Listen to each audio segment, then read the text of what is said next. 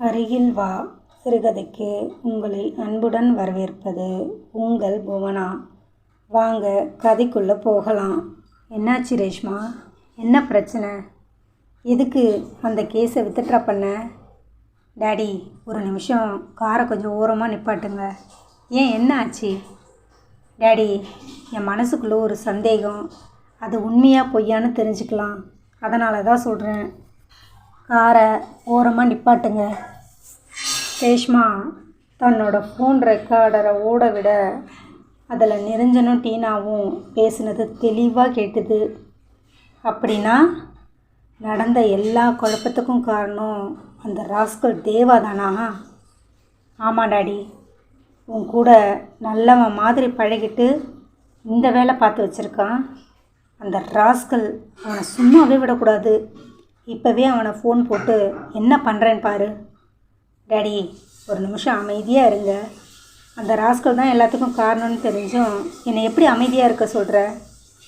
தேவா நம்மளை பிளான் பண்ணி பக்காவாக ஏமாற்றியிருக்கான். என்கிட்ட இந்த கல்யாணத்தில் விருப்பம் இருக்கிற மாதிரி நடித்து கல்யாணம் வரைக்கும் கொண்டு போய் மணமேடையில் அந்த அனன்யாவை கல்யாணம் பண்ணியிருக்கான். எல்லாமே துல்லியமான பக்கா பிளான். நம்மளை இவ்வளோ தூரம் முட்டாளாக்கின அவனை சும்மாவே விடக்கூடாது. அதை தான் நானும் சொல்கிறேன். அவனுக்கு ஃபோன் பண்ணி நல்லா திட்டுறேன். நீங்கள் திட்டுறதால என்ன நடந்துட போகுது? நமக்கு விஷயம் தெரிஞ்சிருச்சுன்னு அவன் இன்னும் உஷாராயிடுவான். அதை நம்ம செய்யவே கூடாது. அதுக்காக அவனை சும்மா விட்டுலான்னு சொல்கிறியா? நான் அப்படி சொல்லலை டாடி. எந்த அனன்யாவுக்காக அவன் என்ன தூக்கி எறிஞ்சானோ அந்த அனன்யா அவனை தூக்கி எறியணும். நம்மளை எப்படி முட்டாளாக்கி அவனோட தேவையை பூர்த்தி பண்ணிக்கிட்டானோ அதே மாதிரி அவனை முட்டாளாக்கணும். அதுக்கு தேவை பொறுமை. நான் நாளைக்கே ஊட்டிக்கு போகிறேன். போய் அந்த அனன்யாவையும் தேவாவையும் தனித்தனியாக ஆக்குறேன். அந்த அனன்யாவே தேவா மூஞ்சில் காரி துப்பிட்டு அவனை விட்டு போகிற மாதிரி நான் பண்ணுறேன். உன்னால் அது முடியுமா? நிச்சயமாக முடியும். அப்படின்னா அந்த அனன்யாவை அனுப்பிட்டு நீ அந்த தேவாவை கல்யாணம் பண்ணிக்க போறியா? நான் அவனை கல்யாணம் பண்ணிப்பேன்னு நீங்கள் எப்படி டாடி யோசிக்கிறீங்க? எனக்கு அந்த மாதிரி எந்த ஐடியாவும் இல்லை. என்னை பொறுத்த வரைக்கும் என்னை அசிங்கப்படுத்தினவன் அசிங்கப்படணும், என்னை வேண்டான்னு சொன்னவன் கஷ்டப்படணும். உன்னால் அதை பண்ண முடியுமா? நிச்சயமாக முடியும். அது வரைக்கும் அந்த தேவாவுக்கு நமக்கு விஷயம் தெரிஞ்சது தெரிய வேண்டாம். நாளைக்கே நானும் அம்மாவும் ஊட்டிக்கு போகிறோம். ஊட்டிக்கு போய் இந்த ரேஷ்மா யாருன்னு அவனுக்கு காமிக்கிறேன். தேவா, வரேன்டா. ஆமாம், அம்மா எதுக்கு? நான் மட்டும் தனியாக போனால் சரியாக வராது டாடி. அம்மாவும் வந்தால் தான் நல்லாயிருக்கும். சரி, உன் இஷ்டம், என்ன வேணால் பண்ணிக்கோ. ஆனால் அந்த தேவா இனிமேல் நிம்மதியாக இருக்கக்கூடாது. அதுதான் எனக்கு வேணும். 1 மணிக்கு லஞ்சுக்கு வரேன்னு சொன்ன தேவா 1:10 வராததால் டைனிங் ஹாலுக்கும் வாசலுக்கும் ஒரு 10 தடவை அனன்யா நடந்திருப்பா. அம்மா, ஐயா வந்தால் வரப்போகிறாங்க, ஏன் இப்படி நடந்துக்கிட்டு இருக்கீங்க? கால் வலிக்க போகுது. ராணி சிரிச்சுக்கிட்டே சொல்ல, இல்லை ராணி அக்கா, அவர் மதியம் லஞ்சுக்கு வரமாட்டாருன்னு நீங்கள் தானே சொன்னீங்க. இன்றைக்கி வராமல் விட்டுட்டா, அதனால தான். அதுதான் ஐயா வரேன்னு சொன்னார் இல்லை? கண்டிப்பாக வருவார். நீங்கள் வந்து உட்காருங்க. நான் முதல்ல அவருக்காக ஆசையாக சமைச்சிருக்கேன். அதை சாப்பிட்டு அவர் எப்படி இருக்குன்னு சொன்ன பிறகு தான் என் மனசுக்கு திருப்தி ஆகும். எல்லாமே ரொம்ப நல்லா இருக்குமா. நீங்கள் சொல்லிட்டீங்க, அதை அவர் கண்டிப்பாக சொல்லுவார். இங்கே உட்காருங்க. ராணி கேட்டை திறந்துக்கிட்டு வெளிவாசலுக்கு வர தேவாவும் வந்து சேர்ந்தான். என்ன ராணி அக்கா, இங்கே வந்து நிற்கிறீங்க? சார், நல்ல வேலை வந்துட்டீங்க. ஏன், என்ன ஆச்சு?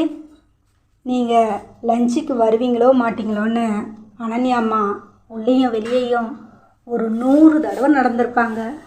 அப்படியா? தேவா உற்சாகமாக சிரிச்சுக்கிட்டே கேட்க, ஆமாம் சார், பாவம், நீங்கள் மட்டும் வராமல் போயிருந்தா அவ்வளோதான். அனன்யாம்மா அழுதுகிட்டே இருப்பாங்க.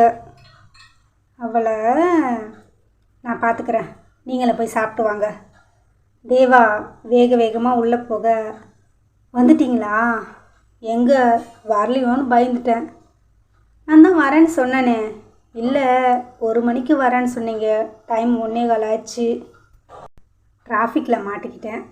சரி, ஓகே, உள்ளே வா. தேவா ஃப்ரெஷ் ஆகிட்டு சாப்பிட உட்காந்தான். நீயும் உட்காரு, 2 பேரும் சேர்ந்து சாப்பிட்லாம். இல்லை பரவாயில்ல, முதல்ல நீங்கள் சாப்பிடுங்க. அதெல்லாம் முடியாது, இருக்கிறது 2 பேர், இதில் என்ன தனித்தனியாக? 2 பேரும் சேர்ந்து சாப்பிட்லாம், நீயும் உட்காரு. ப்ளீஸ், நான் சொல்கிறத கேளுங்க. முதல்ல நீங்கள் சாப்பிடுங்க, நான் அப்புறமா சாப்பிட்றேன். ஏன் அந்த காலத்தில் பாட்டி அம்மா சாப்பிட்ட மாதிரி நான் சாப்பிட்ட அதே தட்டில் நீயும் சாப்பிட போறியா என்ன? சி கன்றாவி, நீங்கள் சாப்பிட்ட எச்சி தட்டில் நானும்மா? அதெல்லாம் என்னால் முடியாது. ஒரு நிமிஷம் அவளை பார்த்தவன் வேறு எதுவும் சொல்லலை. சரி, சாப்பாடு எடுத்து வை. தேவாவுக்கு சூடாக பார்த்து பார்த்து அனன்யா பரிமாற, இன்னைக்கு யார் சமைச்சது? நான் தான். நீயா? உனக்கு சமைக்கலாம் தெரியுமா? இப்போ தான் கற்றுக்கிறேன். ரொம்ப நல்லா தெரியாது, கொஞ்சம் கொஞ்சம் தெரியும். யார்கிட்ட கற்றுக்கிட்ட? ராணி அக்கா கிட்ட. உங்களுக்கு என்னென்ன பிடிக்கும்னு கேட்டு அவங்க சொல்ல சொல்ல நான் தான் செய்தேன். வாவ், ஃபஸ்ட்டு நாளே என்னோடய ரொம்ப ரொம்ப ஃபேவரட்டான கதம்ப சாம்பாரும் அவியலும் உண்மையிலேயே சூப்பராக இருக்குது. நிஜமாவா சொல்கிறீங்க? நிஜமாக தான் சொல்கிறேன், சூப்பராக இருக்குது. ரொம்ப தேங்க்ஸ். நீ ஒரு வாய் வாங்கிக்கோ. இல்லை வேண்டாம், நீங்களே சாப்பிடுங்க. தேவா அதுக்கு மேலே வற்புறுத்தலை. தேவா சாப்பிட்டு முடித்து கை கழுவ, சரி சாப்பாட்டு விஷயத்தில் எனக்கு என்னென்ன பிடிக்குன்னு ராணிக்கா கிட்ட கேட்டு தெரிஞ்சுக்கிட்டேன். மற்ற விஷயத்தில் எனக்கு என்னென்ன பிடிக்குன்னு உனக்கு நானே சொல்லவா? தேவா ரசனையாக அனன்யா அவன் இதழ்களை பார்க்க அவனது பார்வை தாங்க முடியாமல் தலை கவிழ்ந்தாள். என்ன பதிலையே காணோம்? அனன்யா அமைதியாகவே இருக்க, அனன்யா எதிர்பார்க்காத ஒரு நொடியில் அனன்யாவின் இதழ்கள் அவன் வசமாகியது. அனன்யாவுக்கு மூச்சு திணற வெகு நேரம் இந்த முத்த போராட்டம் நடத்தியவன் கடைசியாக அனன்யாவை விடுவித்தான். இதுவும் எனக்கு ரொம்ப பிடிக்கும் அனன்யா, இதையும் சீக்கிரம் கற்றுக்கோ. சரி, நீ சாப்பிடு, நான் ஆஃபீஸ் கிளம்புறேன். 5 மணிக்கு ரெடியாயிரு, நான் வரேன். அவளோட பதிலுக்கு காத்திருக்காம தேவா வேக வேகமாக அங்கிருந்து கிளம்ப அனன்யா சிலையாகி போனாள். அவன் போன கொஞ்ச நேரத்திலேயே ராணியும் வர, என்னம்மா ஏதோ அதிர்ச்சியாக உட்காந்துக்கிட்டு இருக்கீங்க?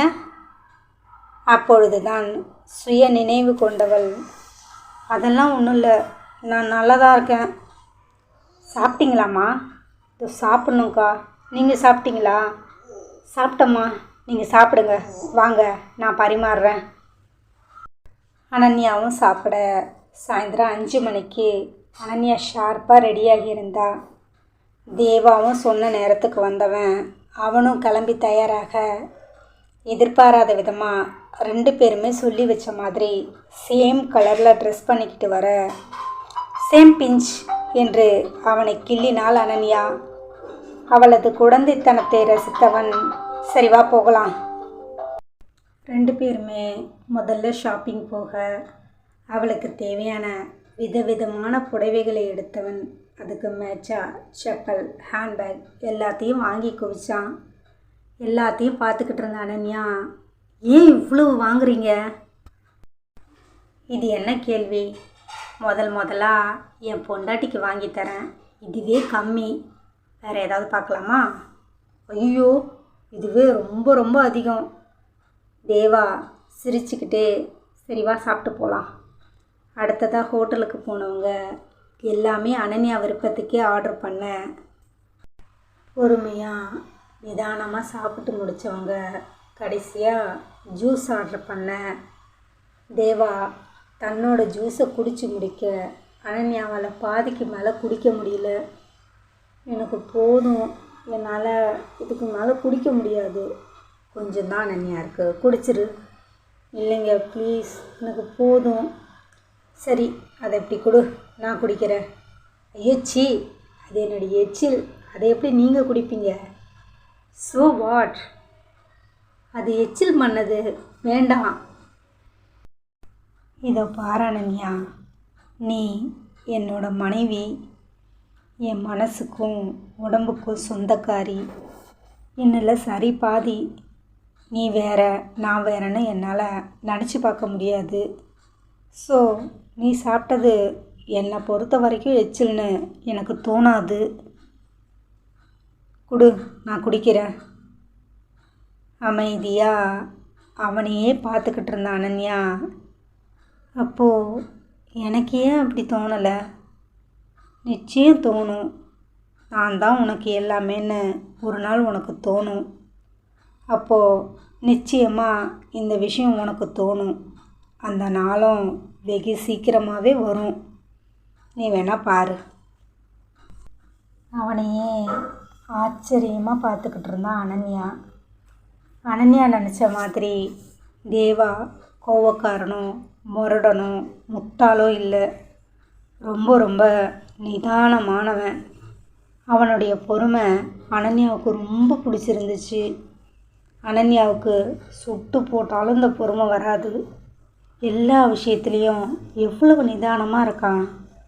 அவனை பார்க்கும்போதே அனன்யாவுக்கு ஒரு பக்கம் பெருமையாகவும் சந்தோஷமாகவும் இருந்துச்சு. இவன் எனக்கானவன், என்னுடையவன், எனக்கு மட்டுமே சொந்தம். இவனுடைய மொத்த அன்பும் எனக்கு மட்டும்தான் சொந்தம். யாருக்காகவும் எதுக்காகவும் இவனை நான் விட்டு கொடுக்க மாட்டேன். இப்போ நீ நினைக்கும் போதே இந்த ஒரு வாரமாக அனன்யா மனசில் இருந்த இருக்கும் கொஞ்சம் கொஞ்சமாக குறைய ஆரம்பிச்சது. சரி, நம்ம போகலாமா? போகலாம்.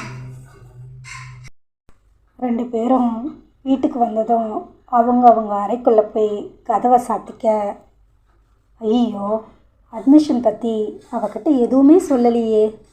அவளோட ரூம் கதவை போய் தேவை தட்ட, ரூமுக்குள்ளே போய் எல்லாத்தையும் எடுத்து வச்சவ வெளியில் போயிட்டு வந்தது கசன்னு இருக்கவே ரெஸ்ட் ரூமுக்கு போனான். அனன்யா கை கால் முகமெல்லாம் கழுவி தன்னுடைய ஆடைகளை களைந்தவள் ஒரே ஒரு டவலை மட்டும் கட்டிக்கிட்டு தன்னுடைய அறைக்கு வந்தா. ரெஸ்ட் ரூமில் இருந்ததால் தேவா கதவு தட்டினது அனன்யாவுக்கு கேட்கல. இவ்வளவு நேரம் என்ன பண்ணுறா? தேவா கதவை தட்டி தட்டி பார்த்து தன்னுடைய ரூம் வழியாக அனன்யா ரூமுக்கு போகவும், சரியாக அந்த நேரம் தன்னுடைய இடையில கட்டியிருந்த டவலை அனன்யா 2 பக்கமும் அவிழ்க்கவும் சரியாக இருந்தது. திடீரென அவளை அப்படி ஒரு கோலத்தில் பார்த்த தேவாவுக்கு மனைவியின் மொத்த அழகும் கண்களுக்கு விருந்தளிக்க ஒரு நிமிஷம் மெய்மறந்து நின்னுட்டான். அனன்யாவும் செய்வதறியாது திகைக்க